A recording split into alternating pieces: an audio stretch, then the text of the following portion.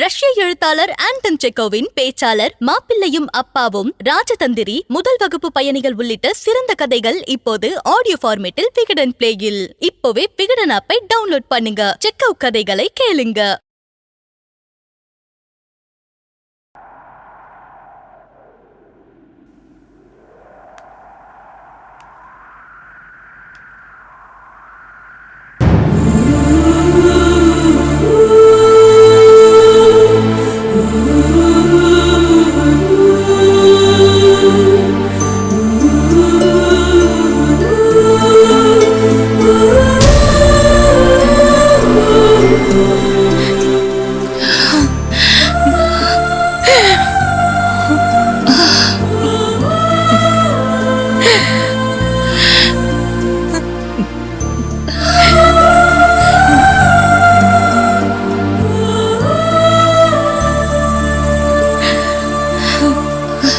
தாத்தா, சரியா கொஞ்சம் வாங்கல.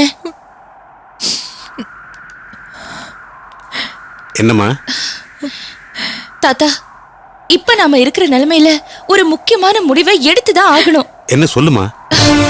கஸ்டமர்ஸ்க்கு பதில் சொல்லாம தலைமறைவா வாழறது, ஓடி ஒளியறது, இதெல்லாம் தப்பு. நாம அதெல்லாம் பண்ணவே கூடாது. அப்பா திடுதுப்புன்னு நம்மளை விட்டுட்டு போயிட்டாரு. அதுக்கான பிரச்சனைகள் எல்லாம் நம்ம சந்திச்சுதான் ஆகணும். சரியா? கஸ்டமர்ஸோட நம்பர்ஸ்லாம் உங்ககிட்ட இருக்குல்ல? இருக்கு. உடனே அவங்களுக்கு எல்லாம் ஃபோன் பண்ணி இங்க வர சொல்லு. அவங்களே எப்படி கஸ்டமர்ஸ் எல்லாம் இங்க வர சொல்றதா? உனக்கு என்ன பைத்தியமா பிடிச்சிருக்கு? ஏண்டி இப்பதானே அடி வாங்கணும், அதுக்குள்ள மறந்துட்டியா? அவங்க எல்லாரும் நம்மள கடிச்சு கொதற கோவத்துல இருக்காங்க. அவங்க எல்லாத்தையும் ஒட்டு மொத்தமா இங்க வர சொல்ற? இத பாரு, அவங்க குடுக்கற அடி உதவி வாங்குற தெம்பு ஓ உடம்புல இருக்கலாம், எனக்கு இல்லம்மா. ஏண்டி அவ பாட்டுக்கு இஷ்டத்துக்கு பேசிட்டே போறா? நம்ம கூட வயசு வந்த பொண்ணை வச்சுக்கிட்டு இருக்கிறோம். கொஞ்சமாவது பயம் இருக்கா? உட்காந்து வேடிக்கை பார்த்துட்டு இருக்க? ஆமா மேகலா, இப்பதான் எல்லா கடங்காரங்களும் வந்து வீட்டை அடிச்சு நொறுக்கிட்டு போனாங்க. அதே மாதிரி இங்கே வந்து கலட்டா பண்ணாங்கன்னா வேண்டாம்மா. அம்மா, நீ ஏமா பயப்படுற? எல்லாம் யோசிச்சுதான் நான் பேசுறேன். அவங்க எல்லாம் ஏன் அப்படி நடந்துக்கிறாங்க? பணத்தை கொடுத்துட்டோமே, இந்த வீடு கிடைக்காம போயிடுமோன்ற பயத்தால தானே. அந்த பயத்தை அவங்க கிட்ட இருந்து நம்ம போக்கணும், நம்பிக்கையை உருவாக்கணுமா? சரியா? இந்த நிமிஷம் நாம ஒரு முடிவை எடுத்து ஆகணும். எவ்வளவு பிரச்சனை வந்தாலும் பாதியில நிக்கிற இந்த கட்டடத்தை முழுசா முடிச்சே ஆகணும். தாத்தா, கணக்கு பிள்ளை, நீங்க ரெண்டு பேரும் எங்களுக்கு பக்கபலமா நிக்கிறீங்க. சரிம்மா, நான் இருக்கமா. என்ன செய்யணும் சொல்லு. ஒண்ணு இல்ல தாத்தா, எல்லா கஸ்டமர்ஸையும் கூப்பிட்டு இந்த கட்டடத்தை முடிக்கிறதுக்கு கொஞ்சம் டைம் வேணும்னு கேக்குறோம். அந்த டைம்க்குள்ள இந்த வீட்டெல்லாம் கட்டி முடிச்சு அவங்களுக்கு கொடுத்துறோம், அவ்வளவுதான். அட அட அட அட அட, அது என்ன அவ்வளவு ஈஸியான விஷயமா? ஏன் தம்பியால முடியாம போனதுனால தானே அவன் ஓடியா போயிட்டான். நீ என்ன பெருசா சாதிச்சு கிழிக்க போறியா? அவராலையும் முடிஞ்சிருக்கும். ஆனா அவர் அவசரப்பட்டுட்டாரு, பயந்துட்டாரு. ஆனா இனிமே நம்ம பயப்படுறதுக்கு என்ன இருக்கு? அதான் எல்லா அவமானமும் பட்டாச்சு இல்ல தாத்தா. கஸ்டமர்ஸ் கிட்ட உறுதியா பேசி நாம அவங்களை சம்மதிக்க வைக்கணும். இந்த கட்டடத்தை முடிக்கிறதுக்கு கொஞ்சம் டைம் ஆகும், கொஞ்சம் பொறுமையா இருங்கன்னு சொல்லணும். அவங்க இதுக்கு சம்மதிச்சிட்டாலே நம்ம பாதி ஜெயிச்ச மாதிரி தாத்தா. கரெக்ட்டுக்கா, நீ சொல்றது கேட்ட எனக்கே கொஞ்சம் நம்பிக்கை வருது. சரியா? அப்போ உடனே ஃபோன் பண்ணிடலாம். நானும் வரேன், வா வா. ஏய் ஏய் ஏய், என்னடி ஒரேடி ஆட்டம் ஆடுற? ஏடி என் தம்பி திரும்ப வரவே மாட்டான்னு முடிவு பண்ணிட்டீங்களா? இந்த ஆட்டம் ஆடுறீங்க? வருவாண்டி, என் தம்பி நிச்சயம் ஒரு நாள் திரும்ப வருவான். அவன் வந்த உடனே அவன் இல்லாதப்ப நீங்க எல்லாம் பண்ண அக்கிரமத்தை அவங்கிட்ட சொல்லி உங்களை அடிச்சு விரட்ட சொல்றேன். பாருங்கப்பா என்னெல்லாம் பேசுறாங்கன்னு. அவங்க அப்படிதான் பேசுவாங்க. இல்லாதையும் பொல்லாதையும் பேசி பேசி தானே இந்த குடும்பத்தை இப்படி ஒரு நிலைக்கு கொண்டு வந்திருக்காங்க. மேகலா, வா போலாம். வாங்க தாத்தா.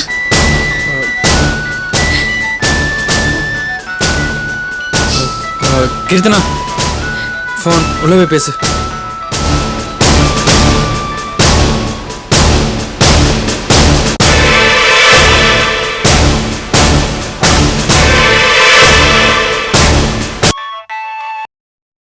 ஹலோ கீர்த்தனா, நான் சக்தி பேசுறேன். சொல்லுக்கா.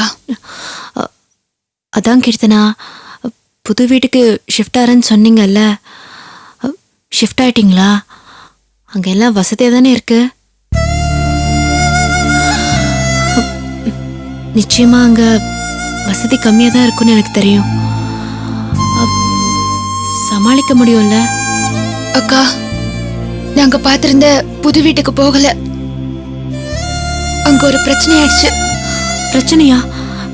என்ன பிரச்சனைடி? வீடெல்லாம் காலி பண்ணி சாமான்லாம் லாரியில ஏத்திட்டு இருக்கும்போது உன் சொந்தக்காரங்களாமே அவங்க வந்தாங்க. சொந்தக்காரங்களா? யாரு? உன் வீட்டுக்காரோட பெரியம்மா பொண்ணா. அவங்க ஒரு பொம்பளை கூட்டிட்டு வந்தாங்க. அந்த பொம்பளையோட புருஷன் நம்ம அப்பா கிட்ட பணம் கொடுத்துருக்காராம். அந்த பொம்பளை நம்ம வீட்டு வாசல்ல சண்டை போட ஆரம்பிச்சிருச்சு. சரியான அவங்கள ஆபீஸ்ல வந்து பேச சொல்லிச்சு. அதுக்கப்புறம் புது வீட்டுக்கு போய் பால் காய்ச்சி சாமான்லாம் எடுத்து வச்சிட்டு இருக்கும்போது அந்த சண்டை போட்ட பொம்பளையோட புருஷன் அங்க வந்துட்டாரு. அவரும் அங்க வந்து சண்டை போட ஆரம்பிச்சிட்டாரு. ஏற்கனவே நமக்கு வீடு தர ஒதுக்கிட்ட ஆளு ஒரு முசுடு. இதெல்லாம் பார்த்த உடனே அவர் இன்னும் டென்ஷன் ஆயிட்டாரு. அப்புறம் என்னாச்சு? அப்புறம் என்ன, உங்களுக்கு வீடும் கிடையாது ஒரு மண்ணும் கிடையாதுன்னு உள்ள வச்சிருந்த சாமான் எல்லாம் வெளியே தூக்கி வீசாத குறை. ஐயோ!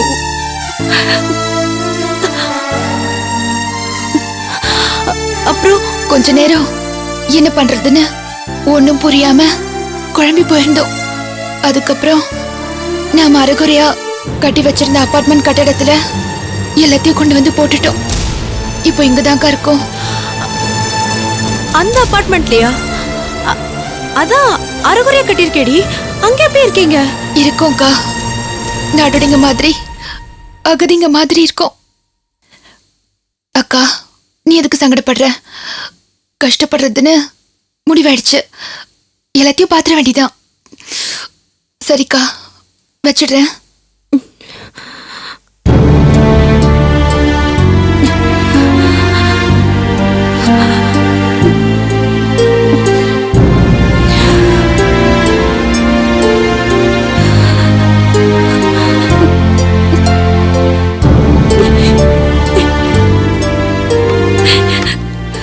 சக்தி, என்னம்மா ஆச்சு? கண்ணெல்லாம் கலங்கிருக்கு. என்னாச்சு சொல்லுமா? உங்க அக்கா மக புஷ்பா பண்ண வேலையை பாத்தீங்களா அத்தை? அவ என்னம்மா பண்ணா? எங்க வீட்டுல இருக்கவங்க 1008 பிரச்சனையோட இருக்காங்க. அது பத்தாதுங்கிற மாதிரி ஒரு கடங்காரர் கூட்டிட்டு போய் எங்க வீட்டு ஆளுங்களை காமிச்சு இவங்கதான் பணத்தை கேளுங்கன்னு சொல்லியிருக்காங்க. அவள அப்படி பண்ணா? ஆமா அத்தை. வீட்டை காலி பண்ணி லாரியில எல்லா சாமானியும் ஏத்திட்டு இருக்கும் போதா இந்த மாதிரி போய் கலாட்டா பண்ணணும். அப்பவே எங்க வீட்டுல சமாதானம் பண்ணி அனுப்பியிருக்காங்க. அதுக்கப்புறமா புது வீட்டுக்கு போய் பாத்திரமெல்லாம் இறக்கி வச்சிட்டு இருக்கும் போது இவங்க கூட்டிட்டு போன பொம்பளையோட புருஷன் அங்க போய் கலாட்டா பண்ணியிருக்காரு.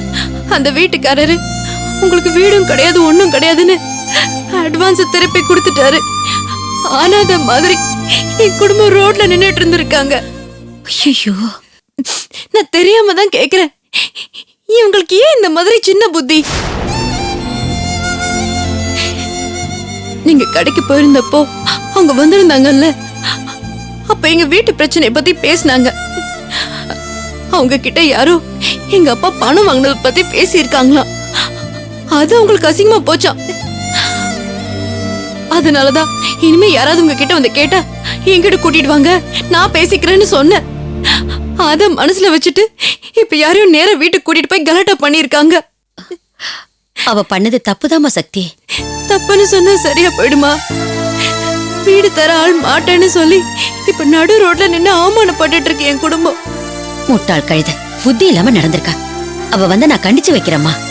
நீங்க என்னதான் கடிச்சாலும் பட்ட அவமானம் பட்டது தானே. நான் உடனே அங்க போய் எங்க அம்மாவை பார்த்து பேசிட்டு வந்துடுறேன் அத்தை. தாராளமா போயிட்டு வாமா. திவாகர் கூட இப்ப வந்துருவான்ல, 2 பேரும் சேர்ந்தே போங்க. ஏன் தனியா போற?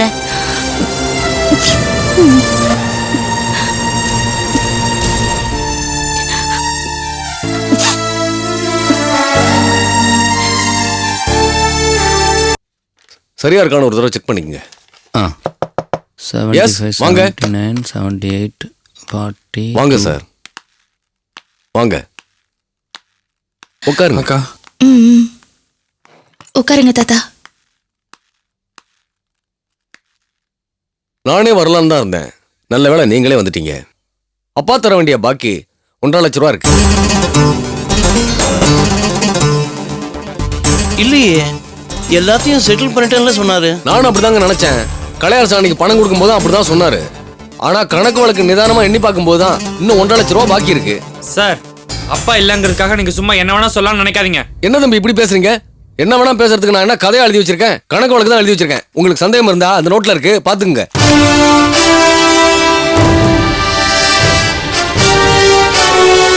சார், ஒரு வகையில எங்க அப்பாவோட இந்த நெருக்கடிக்கு நீங்களும் ஒரு காரணம். நீ சொல்றத பார்த்தா உங்க அப்பா ஊரை விட்டு ஓடி போனதுக்கு பஸ் டிக்கெட் நான் தான் எடுத்து கொடுத்தேன்னு சொல்ல போல் இருக்கு.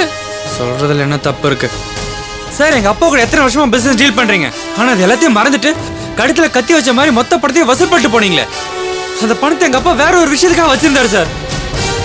சார், உங்ககிட்ட சொல்றதுக்கு என்ன, அந்த பணத்துல தான் என் தங்கச்சியோட வாழ்க்கை அடங்கி இருந்தது. அந்த பிரஷர் தாங்கும்போது எங்க அப்பா ஏப்பா, எங்களுக்கு தர வேண்டிய பணத்தை கேட்டா நான் ஏதோ வந்து கொள்ளடிச்சு போற மாதிரி பேசுற. வேணாம், விவகாரம் ஆயிடும். ஐயா, தயவு பண்ணி மன்னிச்சிங்க. சின்ன பிள்ளை எது தெரியாதனமா பேசிட்டா. நான் திரும்ப பேசினா என் வேகத்தை தாக்கு பிடிக்க மாட்டான். சொல்லி என்ன? சரியா, பொறுமையாரு. சார், நின்னு போன கட்டடத்தை முடிச்சு கொடுக்கறதா கஸ்டமர்ஸ் எல்லார்கிட்டையும் நாங்க வாக்கு கொடுக்க போறோம். ஆமா சார். சார், நாங்க சொல்லி நிச்சயமா கஸ்டமர்ஸை கன்வின்ஸ் பண்ணிடுவோம். ஆனா நாங்க சொல்ற மாதிரி செஞ்சு கொடுக்கணும்னா அதுக்கு உங்களோட ஹெல்ப் தேவைப்படும். அதுக்கு நீங்க எங்களுக்கு வழக்கம் போல மெட்டீரியல் சப்ளை பண்ணணும். ஆமா, நீ யாருமா? இவங்க ஐயாவோட மூத்த மக மேகலா. நான் பார்த்ததே இல்லையே. இவங்க சின்ன வயசுலயே படிக்கிறதுக்கு வெளியூர் போயிட்டாங்க. இப்பதான் திரும்பி வந்தாங்க. இனிமே பிசினஸ் எல்லாம் இவங்க தான் பாத்துக்க போறாங்க. ஐயாவை தெரியும் இல்ல? இவரை தெரியும், கலையரசு மாமனாரு. இத பாருமா, உங்க கஸ்டமர்ஸை நீங்க கன்வின்ஸ் பண்ண போறதுல எனக்கு சந்தோஷம். அதை பத்தி நான் கருத்து ஒன்றும் சொல்ல வரல. ஆனா அந்த பிசினஸ்ல பல வருஷமா அனுபவிச்சிருக்கேன். அதை வச்சு உனக்கு சொல்றேன். உங்க அப்பாவுக்கு தெரியாத விஷயம் ஒண்ணுமே இல்ல. அவராலேயே முடியாம ஓடி போயிட்டாரு. நீ எப்படிமா? முடியுங்கிற நம்பிக்கை தான் சார். எங்க அப்பா மேல இருக்கிற பழிய தீக்கணுங்கிற ஆசை. இல்லம்மா, நீ ஏதோ உணர்ச்சி வசப்பட்டு பேசுற. சரி, அதை விடு, உன் இஷ்டம்.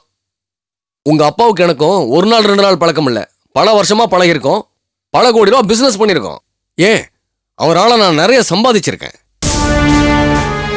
அதனால 1.5 லட்சம் ரூபா பாக்கி இருக்குன்னு சொன்னேன்ல, அதை கூட நீங்க தர வேண்டாம். இதோட என்ன விட்டுருங்க. வேண்டாம் சார், உங்களோட பாக்கியை நாங்க திருப்பி தரதான் போறோம். எங்க அப்பா யாருக்கும் 1 ரூபாய் கூட பாக்கி இல்லைன்னு எல்லாரும் சொல்லணும். அதுதான் என் ஆசை. உங்களால ஹெல்ப் பண்ண முடிஞ்சா பண்ணுங்க. இல்லனா மத்தவங்களோட உதவி வச்சாவது இந்த ப்ராஜெக்ட முடிக்க தான் போறோம். இது நடக்க தான் போகுது. எங்க சின்ன புள்ள ஏதோ தெரியாதனமா பேசுது. நீங்களா சொல்லக்கூடாதா? இதெல்லாம் நடைமுறைக்கு ஒத்து வருமா?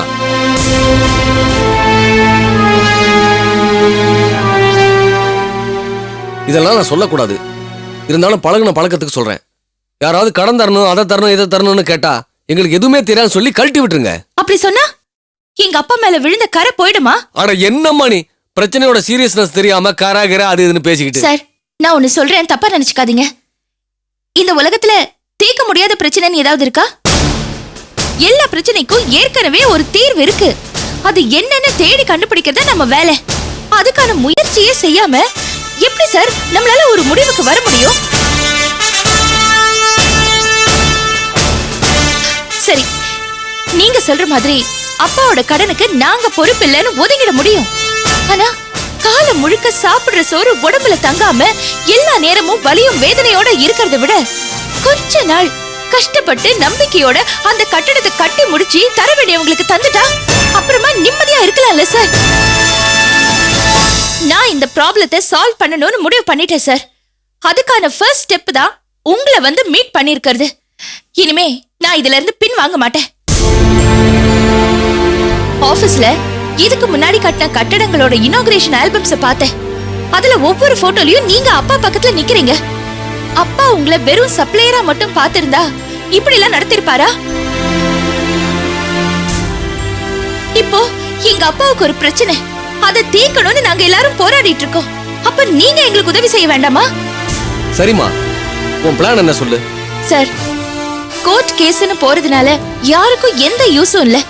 அந்த கட்டடமும் பாதியில அப்படியே நிக்க வேண்டாம். அதுக்கு பதிலா பார்ட் பார்ட்டா அந்த கட்டடத்தை நம்ம கட்டி முடிச்சிடலாம். அத வந்து கஸ்டமர்ஸ் கிட்ட காமிச்சு அவங்க கிட்ட இருந்து பணத்தை வாங்கி அப்படியே கன்ஸ்ட்ரக்ஷனை கம்ப்ளீட்டா முடிச்சிடலாம். இதுக்கு கஸ்டமர்ஸும் ஒத்துக்குவாங்க. இதெல்லாம் வழக்கத்துல இருக்கிற நடைமுறை தான். ஆனா உங்க கம்பெனி இப்ப இருக்கிற நிலைமையில இது எப்படிமா நான் நம்ப முடியும்? சார், அந்த அபார்ட்மெண்ட் கஸ்டமர்ஸ்க்கும் எங்களுக்கும் இந்த ஒரு டீலிங் தான். அவங்களையே நம்ப வைக்க முடியும்னா நீங்க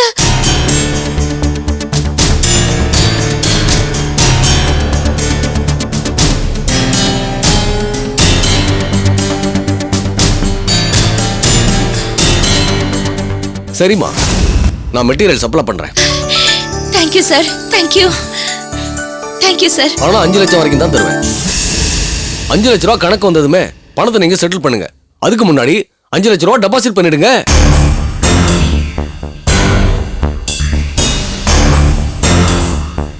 என்னடா அப்படி பேசுறேன்னு நினைக்காதீங்க. உங்க டீலே வேணாம்னு நினைச்சிருந்தேன். ஆனா உங்க பேச்சு தான் என்ன இந்த அளவுக்கு இறங்கி வர வச்சிருக்கு. பிசினஸ்ல நல்ல இம்ப்ரூவ்மெண்ட் காட்டுங்க. உங்களுக்கு என்ன ஹெல்ப் வேணுமோ நான் பண்றேன். ரொம்ப நன்றி சார். ஆனா அந்த 5 லட்சம் ரூபாய் அட்வான்ஸ் தான் கொஞ்சம். இல்ல சார், நீங்க தப்பா எடுத்துக்காதீங்க. அது இல்லாம நீங்க எங்களுக்கு ஹெல்ப் பண்ணணும்னு நாங்க சொல்ல வரல. அதை ரெடி பண்றதுக்கு கொஞ்சம் டைம் ஆகும், அதான் சொல்ல வந்தேன். அப்படியா? சரி, பணத்தை ரெடி பண்ணிட்டு வாங்க. Thank you sir, thank you. வாங்க வாங்க. வர சார். போயிட்டு வாங்க.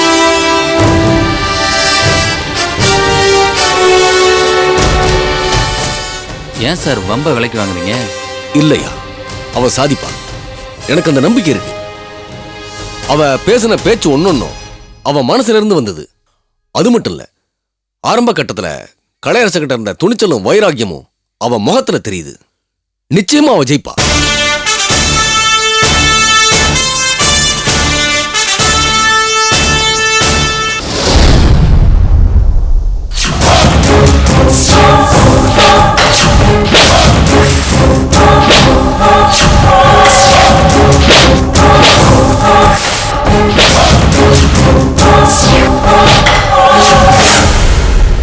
ரஷ்ய எழுத்தாளர் ஆண்டன் செக்கோவின் பேச்சாளர் மாப்பிள்ளையும் அப்பாவும், ராஜதந்திரி, முதல் வகுப்பு பயணிகள் உள்ளிட்ட சிறந்த கதைகள் இப்போது ஆடியோ ஃபார்மேட்டில் விகடன் பிளேயில். இப்போவே விகடன் ஆப்பை டவுன்லோட் பண்ணுங்க. செக்கோவ் கதைகளை கேளுங்க.